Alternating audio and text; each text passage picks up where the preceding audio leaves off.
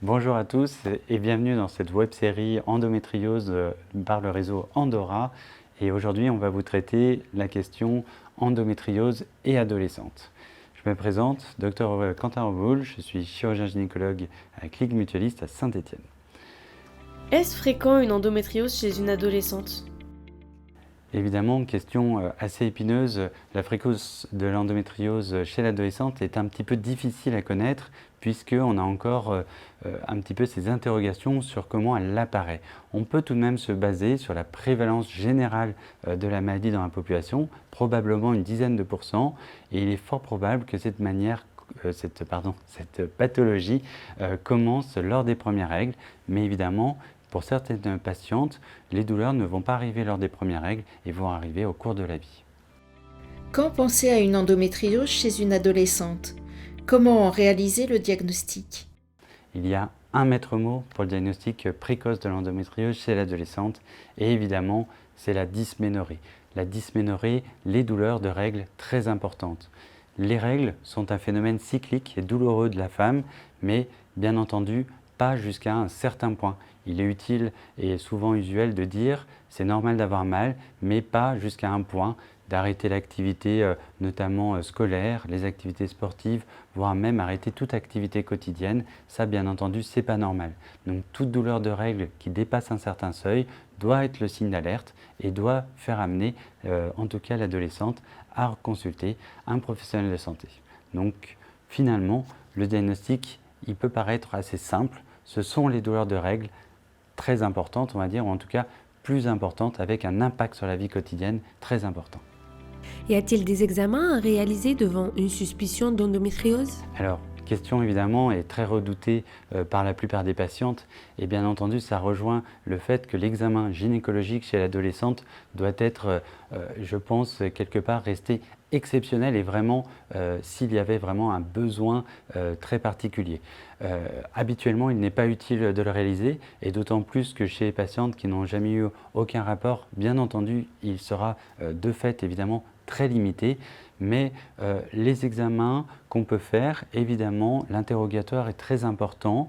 Les examens complémentaires seront à réserver vraiment en cas de doute par rapport à une autre pathologie pour éliminer les diagnostics différentiels et éventuellement une palpation abdominale et j'allais dire c'est tout. La deuxième chose aussi, c'est peut-être aussi si on vous propose un traitement de première intention et que ce traitement hormonal par exemple ne donne pas entière efficacité, peut-être aussi ça peut amener à se reposer la question et évoquer le recours à des examens complémentaires. Quelles sont les possibilités de traitement? Bien entendu, plusieurs traitements, plusieurs en tout cas axes de traitement différents. Le premier, évidemment, le but ultime, améliorer la qualité de vie des patientes et des adolescentes. Comment faire? Le pilier du traitement, il est bien entendu hormonal. C'est une maladie cyclique hormonale de la femme, donc il nous faudra un traitement hormonal pour essayer d'améliorer l'ensemble de la symptomatologie. Ce traitement hormonal, appelé autrement et usuellement pilule, il est habituellement chez la jeune adulte ou l'adolescente à type d'œstroprogestatif, donc une pilule, j'allais dire, assez classique qui saura la plupart du temps améliorer l'ensemble de la symptomatologie. Le choix de ce traitement hormonal va se faire avec votre professionnel, qu'il soit médecin, sage-femme ou peu importe, pour déterminer avec vous le meilleur moyen hormonal.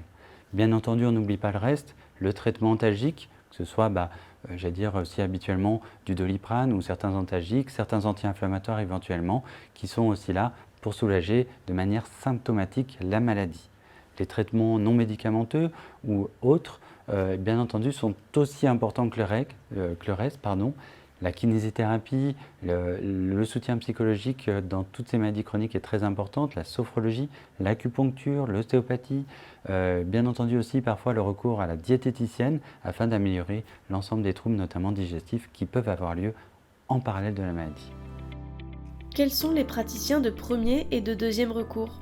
Les praticiens de premier recours sont l'ensemble des professionnels de santé que la patiente peut avoir recours de manière simple. Bien entendu, le médecin généraliste, la sage-femme, le gynécologue, mais on peut aussi penser à tout le reste, tous les autres professionnels de santé, c'est-à-dire le médecin scolaire, l'infirmière scolaire évidemment, ou en tout cas tous les professionnels de santé de premier recours avec qui la patiente peut évoquer la maladie.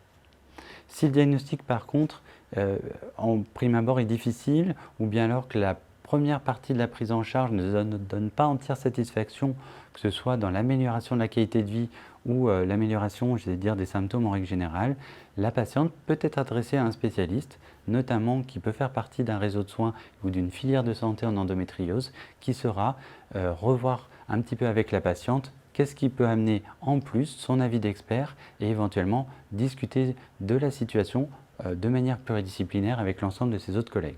Je vous remercie d'avoir regardé cette web-série sur endométriose et adolescente. J'espère qu'elle a répondu à l'ensemble de vos questions. Je vous souhaite une très bonne fin de journée.